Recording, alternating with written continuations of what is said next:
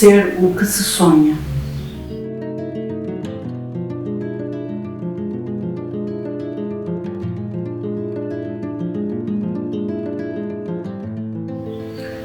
Estava aqui a pensar que só essa frase já dá vontade de olhar para cima. Nós temos muita noção de que as coisas que são sonhos ou que são grandiosas, na nossa definição, são coisas grandes, altas, o cimo, mas não precisa de ser assim. Às vezes o sonho, o maior sonho, está no chão, está em baixo, está no fundo, está dentro. Então, muitas vezes nós temos a necessidade de colocar um lugar, colocar uma posição, e essa posição afinal não interessa. E portanto, alcançar um sonho ou seguir um sonho, e um sonho não precisa de ser uma coisa que está localizada num lugar alto. É apenas algo que nós pensamos, queremos, desejamos, e a partir daqui há uma coisa muito importante, que é nunca desistimos.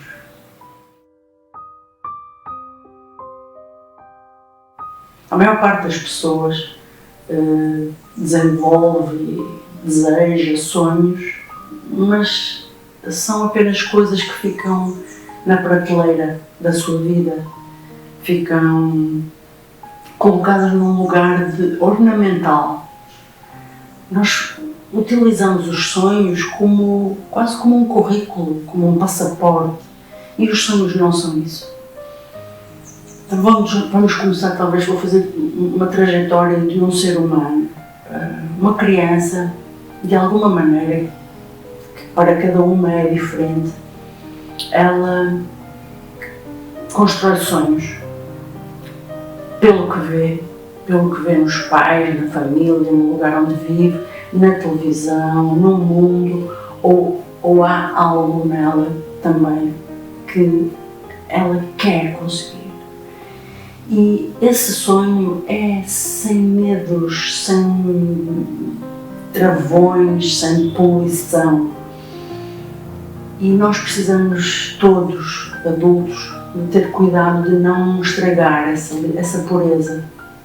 Porque aí acontecem duas coisas. Ou a criança guarda esse sonho para sempre e vai colocá-lo na prateleira, vai ser ornamental, ou ela não fala com ninguém. Quando passamos à adolescência, vêm os medos, vêm as censuras, vem o que os outros vão dizer, será que eu sou mesmo capaz? Mas no dia seguinte, ou dali a um segundo, eu sou capaz de muito mais. Vivemos num momento muito frágil, que tudo é possível, mas nada é possível, e esse momento também é importante que a gente perceba que nós, que estamos no exterior, não podemos abafar esses sonhos, não podemos rir.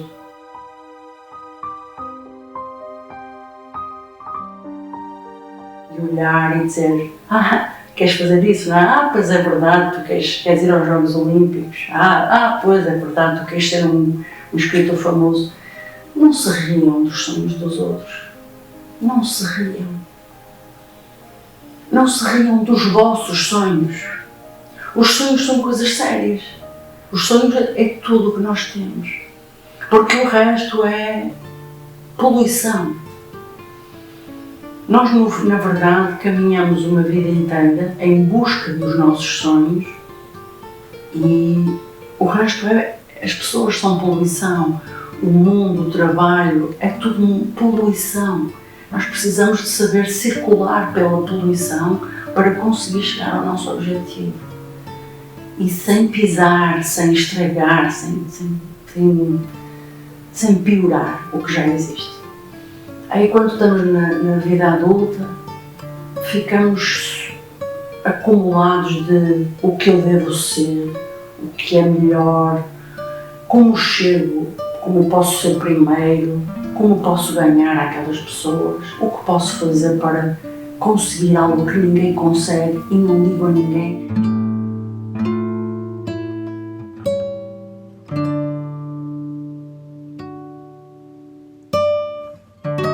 Lá está, a poluição altera tudo, desmarca-nos completamente da pureza do que é conseguirmos uma coisa. E à medida, e vou terminar só a trajetória, que quando chegamos à fase idosa, também achamos que já não temos idade para fazer algumas coisas. E isso está errado, está errado. Fazer algo que nós queremos muito não tem idade, não tem estatuto social, não tem lugar onde se vive. É a vontade que prevalece, tem que ser a vontade que prevalece sobre, pensando sempre nas questões boas do raciocínio. Não estamos aqui a falar, como já falei, mas vou pontuar de novo, nós estamos a falar de sonhos que, para eu ter o meu sonho, tenho que destruir tudo à minha volta. Não, isso não é um sonho. Desta trajetória e o idoso ser, você vai colocar um aparelho nos dentes agora? Para que agora? Já é tarde. Para que é que vai agora fazer essa obra? Para que é que vai agora fazer essa viagem? Não existe prazo, não existe, nós não podemos censurar o que os outros querem fazer. Aí o que parece definir as pessoas que conseguem circular nesta poluição, o que parece diferenciar as pessoas que em criança tinham um sonho, ou que em adolescentes criaram um sonho, ou que até em adultos ou na fase idosa da sua vida construíram algum sonho, porque os sonhos não são construídos só na infância.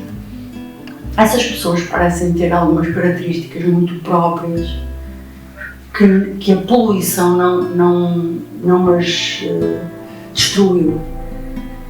Uma delas é a capacidade de insistir, de não desistir. Não interessa se está a chover, não interessa se as pessoas dizem, riem, se ela está a ser ironizada, se ela está a ser colocada de lado, se está a ser punida socialmente, não interessa. Essa pessoa decidiu fazer aquela situação, decidiu construir aquilo e não desiste. E nós vemos histórias por todo o lado. Nós vemos filmes que são incríveis, livros que são incríveis.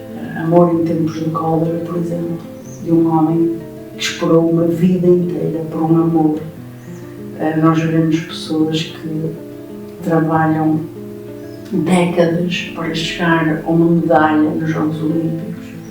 Nós vemos pessoas que conseguem ser visíveis. Eu não queria colocar que conseguem a glória, porque isso também é um pouco discutível, mas conseguem chegar ao lugar que queriam, serem visíveis e que as pessoas possam, por exemplo, ler a sua poesia. Cora Coralina foi uma senhora que foi muito tarde tornada pública, vamos por assim. Nós achamos que os percursos, já é tarde para aquela pessoa, aquela pessoa, nossa, ela vem daquele lugar, como ela conseguiu?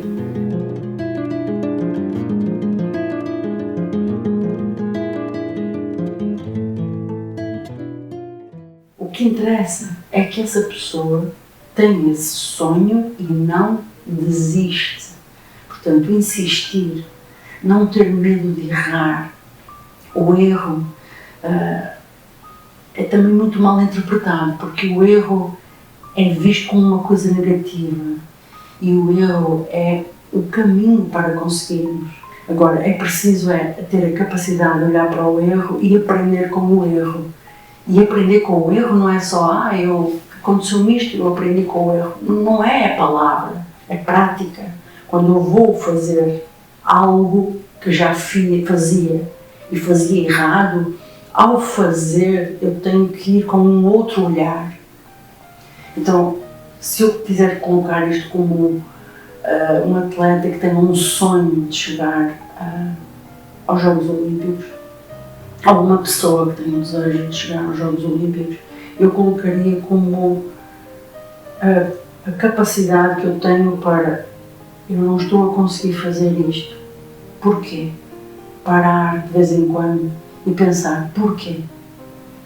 Chorar, se for preciso, chorar muito, desanimar, desiludir, pensar em abandonar, tudo isso é muito normal, muito comum. É praticamente um luto quando a gente está a fazer um caminho e de repente tem uma lesão, não tem apoio, enfim, acontece uma pandemia. O que é que a vida me está a dizer? O que é que eu tenho que corrigir? O que é que eu tenho que fazer diferente?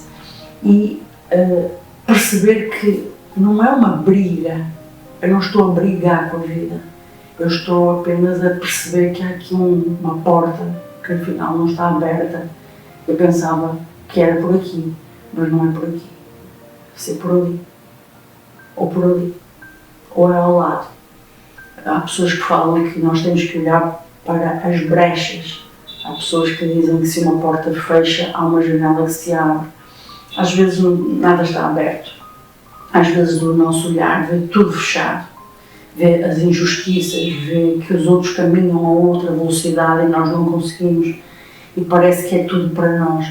Mas às vezes parece que também pode querer indicar que há uma necessidade de mais lentidão, que não seja uma velocidade tão grande, que seja outro tipo de caminhada. Se calhar neste momento tenho que ir de chinelos, se calhar neste momento tenho que ir de botas, se calhar neste momento é hora de descansar um pouco.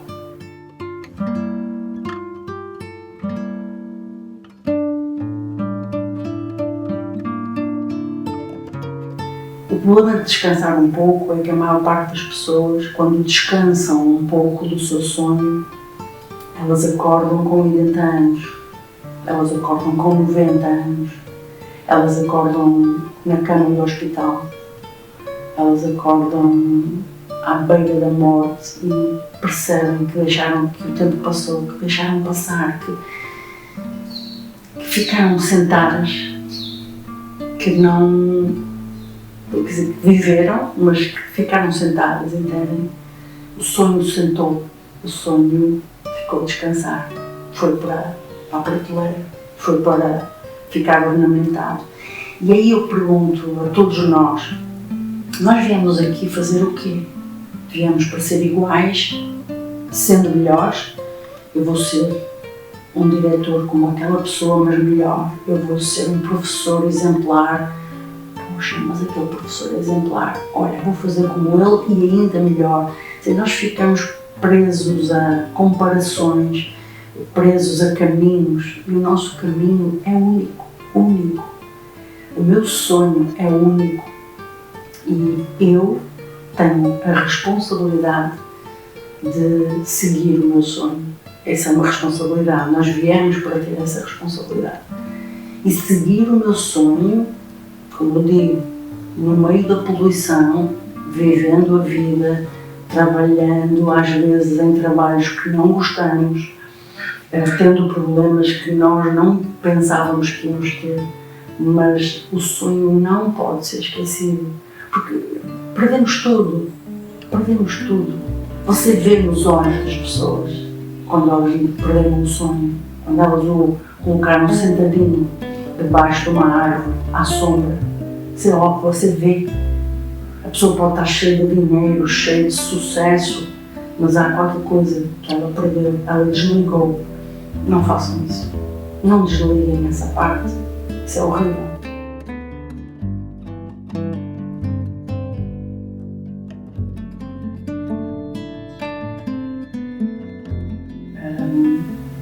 Depois queria aqui falar em dois conceitos, que é o que é o impossível. Nós aprendemos que a palavra impossível é como se fosse uma porta fechada. Eu gostava, sonhava em fazer... impossível.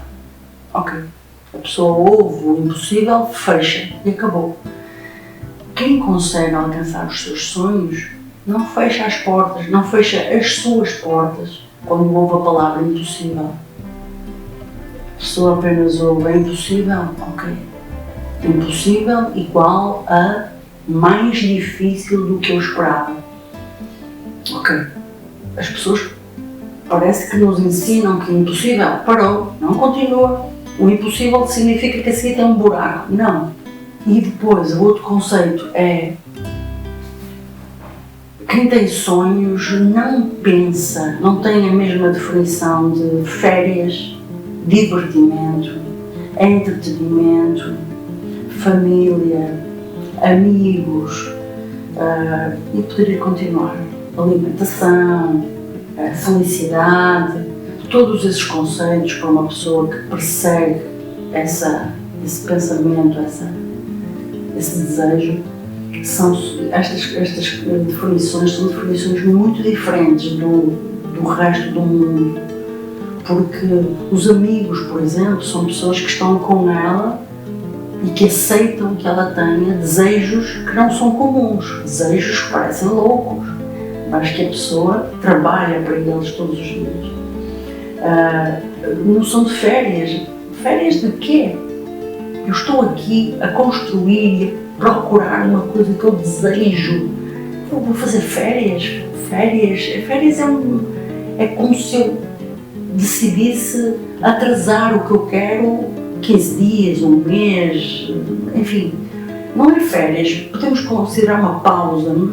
Vou talvez mudar o ritmo e olhar para outra coisa, porque eu preciso de enriquecer o meu interior para melhorar, para acelerar o caminho para chegar ao meu sonho, ou preciso de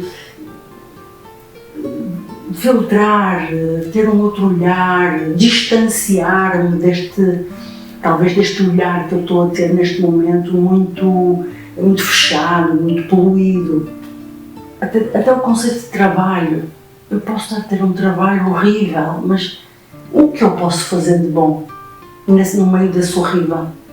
O que eu posso fazer para chegar onde eu quero? Tudo tem uma utilidade. E a noção também de termos tempos livres. Tempo livre, há pessoas que têm poucas coisas para fazer e não conseguem ter, não consigo tempo livre. E outras pessoas que fazem milhões de coisas e nem sequer questionam o tempo livre.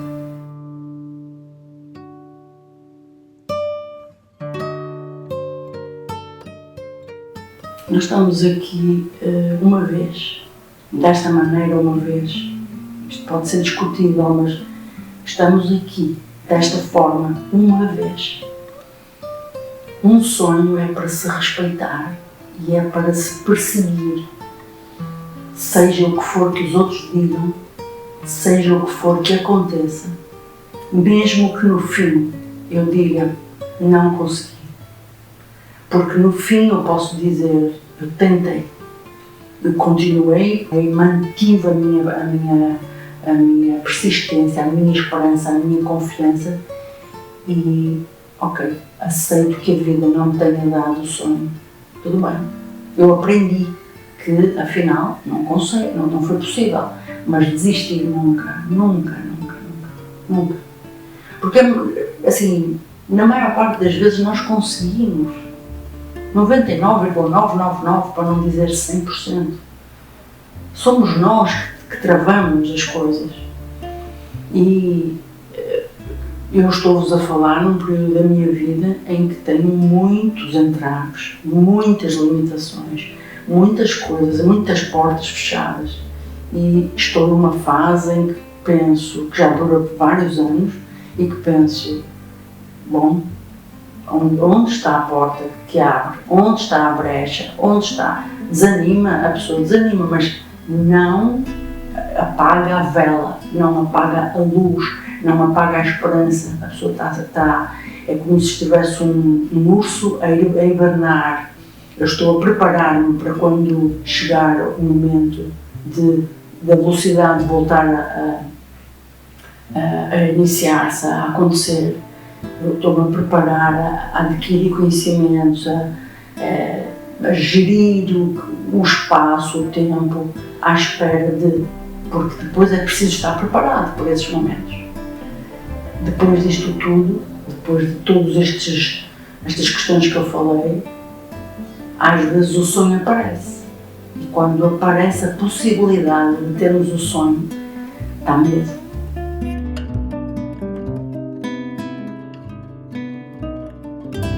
Porque você acha que só tem medo do que é difícil, mas o que é muito bom também assusta.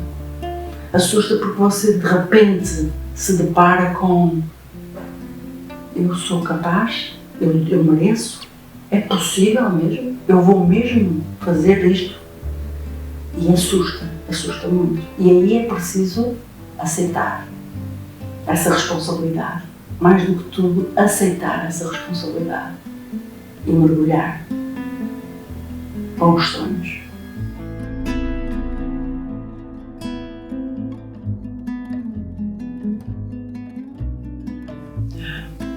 Você fez-me essa pergunta sobre sonhos e, na verdade, talvez um bom exemplo seja a minha vida.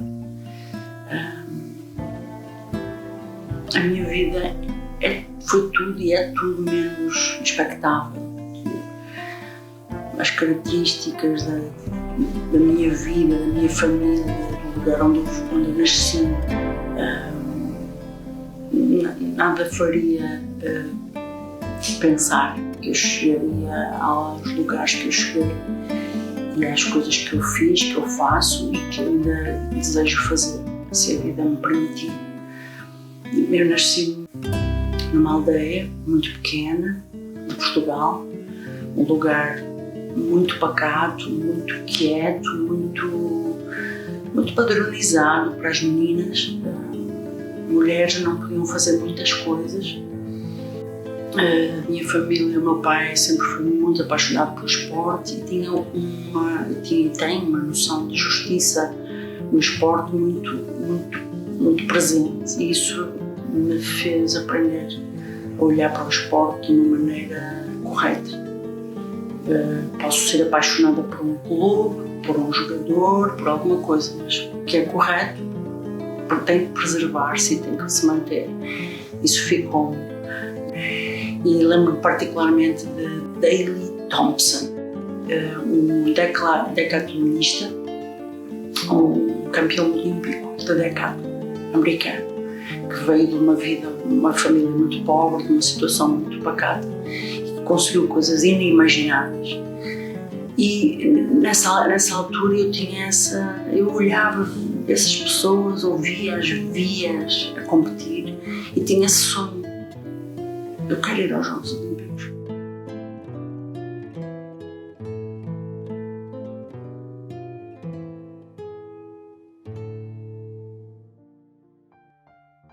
Mas não dizia a ninguém. Eu lembro-me de escrever no meu diário e, como tinha medo que os meus irmãos ou os meus pais vissem, eu um dia rasguei a folha. Mas rasguei a folha, não rasguei aqui. A verdade é que eu percebo hoje que eu fui-me preparando para os meus sonhos. Eu silenciosamente fui gostando de fazer isto, gostando de fazer aquilo, estudando ali, aprendendo com aquela pessoa, ficava mais tempo a ouvir aquela pessoa do que aquela, fazia mais isto do que aquilo, porque de alguma maneira eu acho que dentro de mim havia uma esperança que não acabava, não terminava. E um dia uma das minhas irmãs me chamou para ver uma coisa na televisão e eu olhei e vi voleibol e fiquei fascinada. Nunca tinha visto aquela modalidade na minha vida. Devia ter uns 9 anos, 10. E a partir daí acontecem uma série de sucessões, uma série de coincidências na minha vida. A minha escola, a escola por onde eu fui estudar, era apaixonada por voleibol, professores, etc. Portanto, eu comecei a circular numa numa modalidade que me tinha apaixonado. Os meus irmãos também adoravam e jogavam todos muito bem. O meu pai também gostava muito. Então, o meu pai fez um esforço enorme para nós irmos treinar numa cidade próxima. Esse período foi muito importante. O meu pai, houve uma altura que conta o meu treinador e que foi falar com o meu treinador, dizer que não ia conseguir fazer isso mais, e o meu treinador disse: não faça isso. Eu nunca soube dessa conversa. Sei que o meu pai não desistiu, e isso me deu uma força, quer dizer, deu uma oportunidade que naquela época ali não havia. Aconteceu uma competição de desporto escolar, que era a primeira vez que se ouvia falar em Portugal, ali naquela zona, e um time do Porto, uma cidade longe, veio jogar com um time da cidade onde eu treinava e pediram para eu fazer parte. E nesse jogo o treinador do outro time era o selecionador nacional de júniores, e isso fez muita diferença. Ele veio-me jogar, ficou espantado como é que uma jogadora assim estava assim à solta, ninguém a conhecia, e a partir daí outra coincidência que fez mover muitas coisas. Eu no ano seguinte fui para a faculdade e esse treinador convidou-me para ir para o seu time. E além de que a equipa tinha vários, era uma equipa fortíssima, não fomos campeões nacionais por um detalhe. A equipe que ganhou o campeonato nacional ganhava há 10 ou 11 anos e nós não conseguimos ter força emocional, acho eu. Éramos muito jovens. E para mim aquilo tudo era muito diferente. De repente, estar num mundo completamente diferente. E isso moveu outras coisas. Eu estava na faculdade a aprender, a conhecer outras pessoas. Nesse time comecei a jogar competições europeias, fui também à seleção um tempo. Abriu-se um outro mundo e, nossa, parecia que aquela vez que eu no meu diário escrevi que ia aos Jogos Olímpicos, parecia que o mundo se estava a preparar para alguma coisa. A vida permitiu uma coisa muito interessante. Os Jogos Olímpicos começaram a aceitar o vôlei de praia. E eu gostava muito de jogar vôlei de praia, e num primeiro campeonato nacional, com uma amiga, ficámos em terceiro lugar, uma experiência. E duas jogadoras de Portugal as melhores de Portugal, começaram a participar nos campeonatos do mundo. E eu fiquei super contente. Uma delas, a Maria José Chula, ligava-me de vez em quando a dizer: olha, eu vim da Coreia, vim do Brasil, Eu dizia: nossa, que vida sensacional. Até que um dia ela liga para mim e diz-me: tu vais para onde de férias? E eu pensei assim: como é que ela consegue tanto trabalho? Ela trabalha imenso. Ela ainda viaja com o voleibol e ainda quer fazer férias comigo. Nossa, ela disse: eu vou à tua casa. Veio à minha casa e convidou-me para ser treinadora delas. Tantos treinadores que desejam este lugar, porque eu. E ela na altura foi muito clara. Nós queremos uma treinadora, mas queremos uma amiga, uma companheira. Nós estamos com a relação um pouco saturada, precisamos de alguém que nos ajude aqui na nossa relação. Eu tinha feito mestrado em psicologia esportiva e conhecia-as muito bem, dava-me bem com elas. Então houve ali lá está, aquilo que eu falo, houve ali um movimento do mundo em que de repente Portugal tinha uma abertura para voleibol a nível mundial, e a relação que eu tinha construído com estas duas pessoas permitiu que elas achassem que eu poderia estar naquele lugar. Aí, durante 3 anos, eu viajei com elas pelo mundo, nas etapas do Campeonato do Mundo de vôlei de praia. Fui 3 vezes ao Japão, 3 vezes à China, várias vezes ao Brasil, Estados Unidos, México. A Europa era assim, muito normal viajarmos. Isso desenvolveu em mim uma abertura de espírito. De repente, a vida era estranha, porque me permitia coisas que eu nem sequer tinha sonhado, nem sequer no meu pensamento.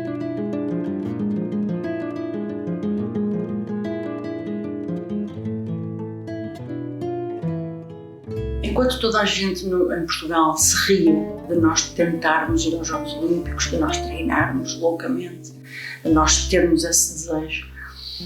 Um dia conseguimos esse apuramento e as pessoas ficaram, lembro-me de um telefonema da Federação Portuguesa a ligar-me e dizer: a senhora tem que vir aqui rapidamente. E eu disse: mas porquê? Porque a senhora vai aos Jogos Olímpicos, vamos ter que tratar de uma série de burocracias. E eu, ok, você fica com a sensação de que, nossa, não estávamos nada à espera. Pronto, ficaram muito felizes, mas você percebe nos detalhes que as pessoas achavam que era apenas um sonho. E era um sonho. Só que o facto de ser um sonho não quer dizer que nós não lutemos por ele e nós não nos esforcemos e nós não nós não continuemos a preservar o desejo, mesmo que os outros, sejam quais outros forem, próximos do nosso coração ou não, duvidem. Eu fiquei com medo e um susto. Por isso é que quando vos disse que a pessoa, que às vezes não é fácil, o que eu sei é que eu não desisti.